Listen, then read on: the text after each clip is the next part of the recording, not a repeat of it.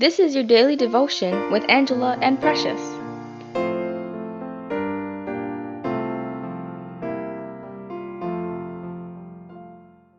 The Lord's our rock, in Him we hide, a shelter in the time of storm. Secure wherever ill betide, a shelter in the time of storm. Mighty, mighty rock in the weary land, cooling shade on the burning sand. Faithful, faithful guide for the pilgrim band, a shelter in the time of storm. A shade by day, defense by night, a shelter in the time of storm. No fears alarm, no foes affright, a shelter in the time of storm. Mighty, mighty rock in the weary land, cooling shade on the burning sand. Faithful, faithful guide for the pilgrim band, a shelter in the time of storm.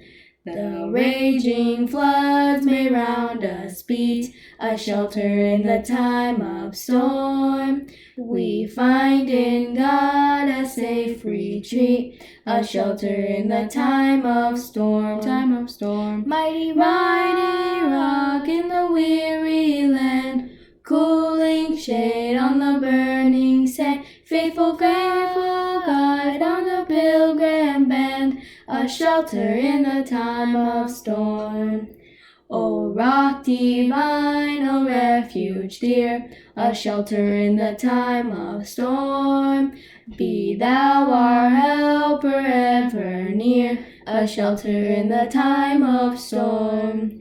Mighty, mighty rock in the weary land, cooling shade on the burning sand. Faithful, faithful guide for the pilgrim band, a shelter in the time of storm.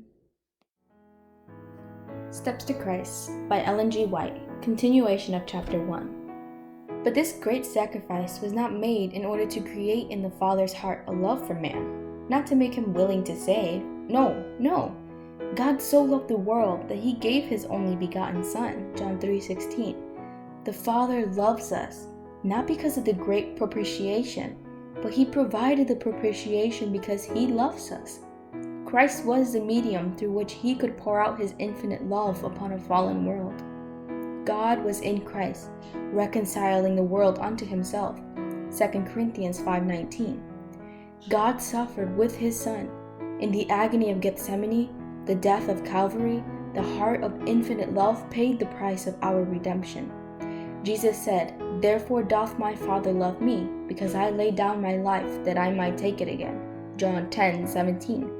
That is, my Father has so loved you that he even loves me more for giving my life to redeem you, in becoming your substitute and your surety, by surrendering my life, by taking your liabilities, your transgressions.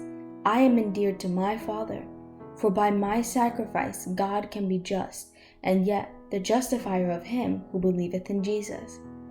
None but the Son of God could accomplish our redemption, for only he who was in the bosom of the Father could declare him. Only he who knew the height and depth of the love of God could make it manifest. Nothing less than the infinite sacrifice made by Christ on behalf of fallen man could express the Father's love to lost humanity. God so loved the world that he gave his only begotten Son. He gave him not only to live among men, to bear their sins and die their sacrifice, he gave him to the fallen race. Christ was to identify himself with the interests and needs of humanity. He who was one with God has linked himself with the children of men by ties that are never to be broken. Jesus is not ashamed to call them brethren, Hebrews 2:11.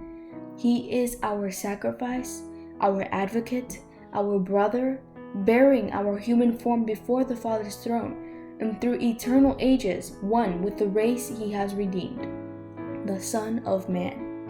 In all this, that man might be uplifted from the ruin and degradation of sin, that he might reflect the love of God and share the joy of holiness.